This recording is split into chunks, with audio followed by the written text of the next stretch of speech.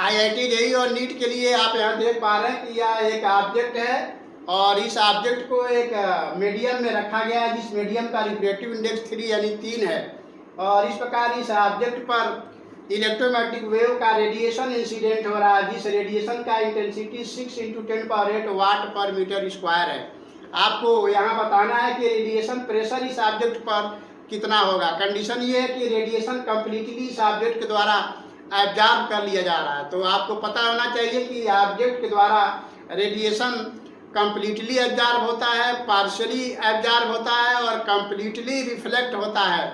तो यहाँ पर कंप्लीटली एब्जॉर्ब हो जा रहा है उस केस में, तीनों केस में अलग अलग रेडिएशन प्रेशर बनता है। तो ऑब्लिक इंसिडेंट के केस में भी रेडिएशन प्रेशर होता है। तो हम समझते हैं 4 प्रकार के रेडिएशन प्रेशर होते हैं। फिलहाल यहाँ पर अभी रेडिएशन कंप्लीटली ऑब्जेक्ट के द्वारा एब्जॉर्ब कर लिया जा रहा है। इस प्रकार रेडिएशन ऑब्जेक्ट से रिफ्लेक्ट भी नहीं हो रहा है, ट्रांसमिट भी नहीं हो रहा है, कंप्लीटली एब्जॉर्ब हो जा रहा है। ऐसे में ऑब्जेक्ट के ऊपर ये रेडिएशन कितना प्रेशर बनाएगा। जिस प्रकार हवा प्रेशर क्रिएट करता है, बनाता है, उसी प्रकार रेडिएशन भी प्रेशर बनाता है। तो इसी रेडिएशन प्रेशर से लेजर रेज के द्वारा किसी वस्तु को हवा में ध्वस्त कर दिया जाता है या डिस्ट्रॉय कर दिया जाता है या उसको जला दिया जाता है।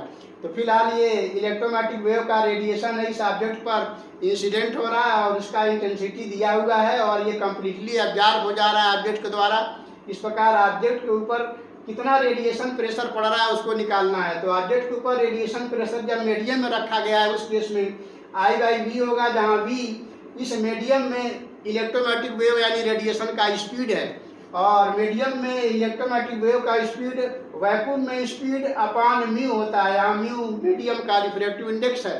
इस प्रकार V की जगह पर C/μ रखेंगे इस फार्मूले में, तो ऑब्जेक्ट के ऊपर रेडिएशन प्रेशर I/μ/c होगा, जहाँ पर रेडिएशन का इंटेंसिटी भी दिया है, म्यू भी दिया है और लाइट का स्पीड इन वैक्यूम यानी रेडिएशन का प्रेशर वैक्यूम में 3 × 10⁸ मीटर पर सेकेंड होता है। तो सारे वैल्यू रख करके जब आप यहाँ पे सॉल्व करेंगे तो ऑब्जेक्ट के ऊपर जो रेडिएशन प्रेशर बन रहा है उसकी वैल्यू 6 N/m² आएगा। तो इस तरह के क्वेश्चन जनरली आईआईटी जेईई और नीट के एग्जाम में पूछे जाते हैं। तो हम समझते हैं क्वेश्चन आप काफ़ी अच्छे से समझ पाए होंगे। तो फिर मिलते हैं नेक्स्ट वीडियो में किसी और क्वेश्चन के साथ। तब तक के लिए थैंक यू।